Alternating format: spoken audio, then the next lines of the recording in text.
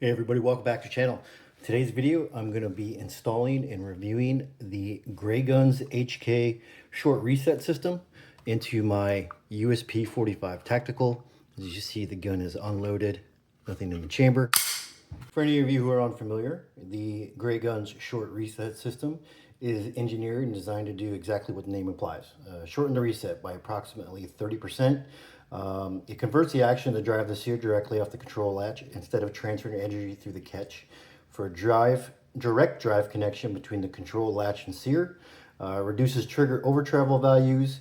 It also maintains all factory safety functions. It does work in both double action, single action, and LEM variants. And the kit consists of custom control latch. You have a custom replacement firing pin block spring, and then a custom replacement extended sear roll pin.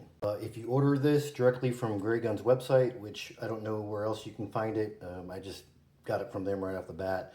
It's about $90, so not too terrible of a price for an upgrade, but not exactly just a drop in a bucket either. You know, with this HK USP, this was my first HK pistol. Even though it's hammer fired, and hammer fired guns have a better trigger than striker fired, which I'm used to with my Glocks. And I guess when I say better, that should be a little bit subjective, but for me, it's definitely different. I feel like I cannot fire it quite as fast. Hoping that the short reset system can help with some of that. Now, the USP 45 Tactical does come with the match trigger. Again, I've never had another HK USP pistol or any HK pistol to really compare it. As you see, with the hammer cocked, you do have a bit of take up and then break. And then the reset, what I noticed is you have to take it all the way to the beginning of the pre-travel. So when you pull the trigger and go to reset it, it does not exactly reset back to where your wall is. You see the wall is way back here, then you have the break, and then when you go to reset it, typically when you're pulling from the wall, you'd be about right here. Instead, it comes crisp all the way there. You heard the click. Take up the pre-travel, hit the wall, and then break. So be interesting to see what the GrayGuns short reset system does. Hopefully it takes it back, the reset travel, back to where the wall is. Let me go ahead and roll in what the reset looks like again. Break. Reset. Pre-travel. Wall. Break.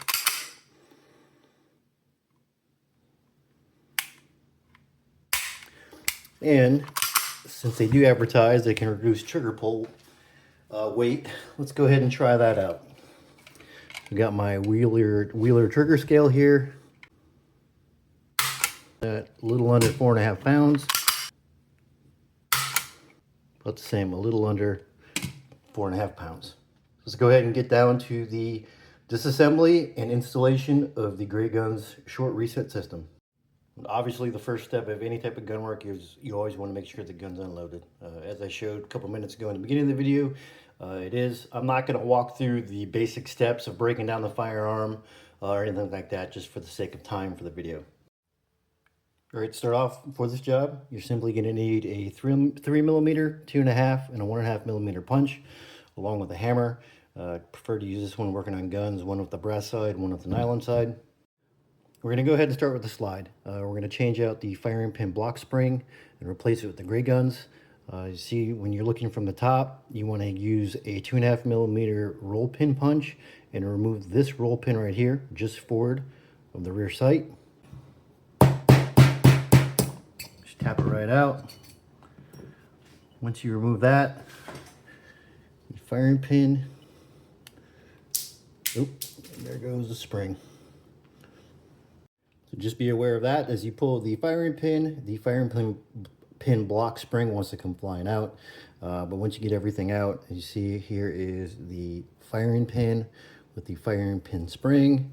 We have the firing pin block itself, and then we have the OEM firing pin block spring. Here's a comparison between the two firing pin block springs. Here's the OEM HK, and then you have the GrayGuns. You see a little bit different color. as well as the GrayGuns spring does definitely look like it is a bit lighter. When you're going to reassemble your firing pin or reinstall, what you want to look for is you're going to notice that on the firing pin there is a notch or a flat spot. You do want that to face the ejection port. So drop it back in and angle that to face the ejection port. You see I don't have it perfectly straight, but that's the direction you want to go. All right, next you're going to drop in your firing pin block spring. You want to make sure that when you reinstall the firing pin block itself, as you see, it's a little bit of a cup, so you want to make sure that captures the spring. And then also with orientation of the firing pin block, you see it's kind of like a quarter pie here. You see where the back of the gun is, how I have this oriented. You're going to go ahead and drop it in just like so. The pie to be filling up the 3 to 6. So once you push that down,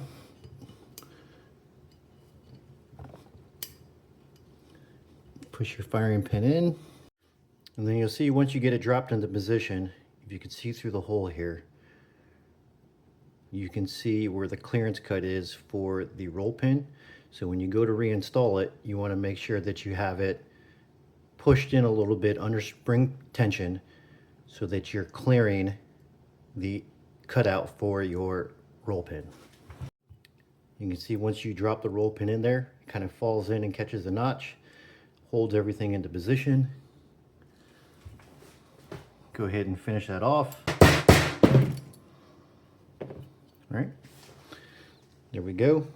Things in the way it should be. All right, let's move on to the frame. All right, next up, we're gonna wanna remove the hammer spring.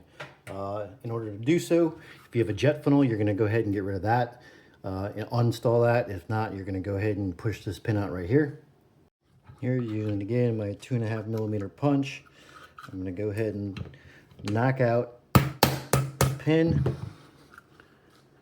like so. Holds in the lanyard loop. Pull the pin out. It is under pressure, so keep your finger on it. As you see, it wanted to pop out here. You can kind of see where the hammer goes under here. Picks up that hole. There is the hammer spring. All right, next thing we're going to do is going to remove the detent plate. In order to do that, we're going to have to push out the sear axle. All right, you see there where it pops out the other side.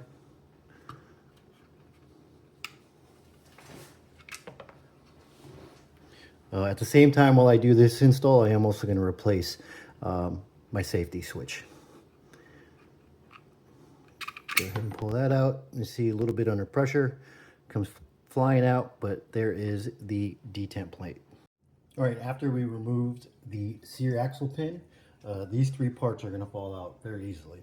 You do have the catch, you do have the disconnector, and then you have the control latch. Now the control latch is going to be replaced with the GrayGuns unit here. As you see here, the OEM one is black. I think it's black nitride. Whereas the GrayGuns is a nice nickel coating for smoother operation. All right, now we need to remove the sear, which is right here. It is under spring tension. Probably, I don't know if you can see it on camera, but down here, you want to be careful in removing it. So if you want to use a little 1.5mm roll pin punch, kind of come in through the side and then lift it up, and it pulls out like so. All right, so since I got the gun broken down this far, I'm going to go ahead and change out the safety / decocker, as I am left-handed. With this variant, you only have the decocker and the safety on the left-hand side. I do have an HK right-hand side. I'm going to go ahead and just push that out. There we go. All right, so I got my safety turned around, well, the right-hand side installed. Next thing you want to do is, again, once you have all these parts loose, this roll pin that you see right here, I already installed the new one, but the old one here, see the OEM one, really not sure what the difference is in between them, but you're going to go ahead and punch this one out with a 1.5mm punch. You're going to go ahead and reinstall the new one, making sure that it's flush with this surface here. It sticks out like so. All right, so next step is going to be to reinstall the disconnector. I'm going to go ahead and put the axle back in, get it started, but not to where it pushes into the frame. You take your disconnector with the new GrayGuns roll pin installed, and you drop it in between the hammer and the flat spring. Go ahead and push that down. Again, you are going to be pushing against the pressure of the spring. Once you get it in there, it is going to drop a little lower than what it should. So I'm going to go back in with my 1.5 millimeter punch, pull that up. And once you have it aligned with the hole, the axle and the hole in the disconnector, you can push it through to catch it. Similar to before, you don't want the pin to go all the way through the disconnector. As we have more parts, we're going to have to go install. All right, so next step, we're going to take the catch and the new GG or GrayGuns control latch. We're going to couple them up. You want them to be like so. And when you go to install them, the axle pin is what is going to catch those. All right, so instead of fighting two pieces at one time, I'm going to go ahead and install the catch first. Another punch as a slave pin to help you out. Then drop in the new GrayGuns control latch. Make sure that picks up the pin. Then once you have those two parts installed, you can go drop in the disconnector. The disconnector is going to be under spring tension. If you look down in here, you see where the safety crosses, the action bar. This is the correct orientation of your disconnector. You're going to make sure that that notch goes over the safety pin. And then you can finish pushing the axle through. Getting it all lined up. There you go. That's the action all together.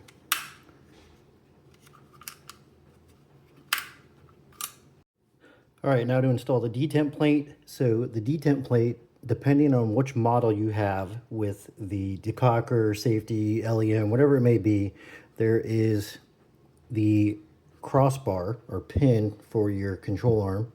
There's a flat spot on it, and that's what you want to pick up, that notch in your detent plate. So you may have to mess with it on the other side of the gun in order to sit down where you want. And then once you do, because it is under spring tension, you want to make sure that it catches the sear axle, and then you can just tap it flush. So the pin is flush on this side, and then that's what holds it in place there. See, the cocker works. All right, so now to go reinstall the hammer spring, simply drop it in. I'm going to go ahead and put in your lanyard loop. Again, there is a spot there to catch the spring. So you just want to make sure that's lined up directly in the middle.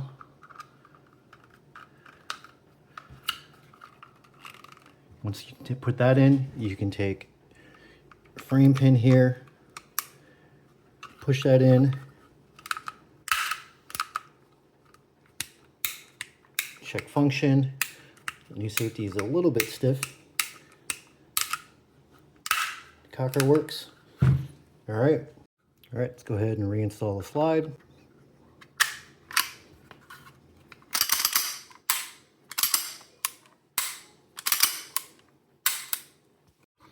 All right, so let's check this thing out. So, this is the pre-travel that I had before, or that it has now with the GrayGuns.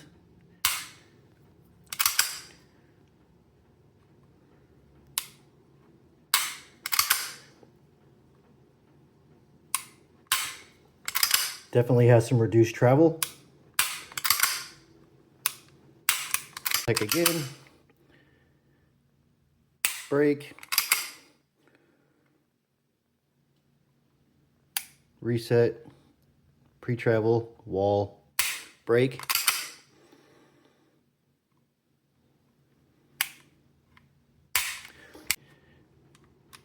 This is the pre-travel that I had before, or that it has now with the GrayGuns.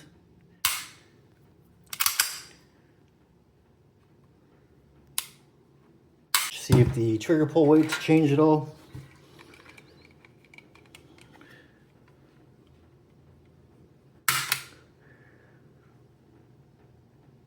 A little bit less, about 4.25, where it was a little under 4.5 before. Go ahead and give that another shot.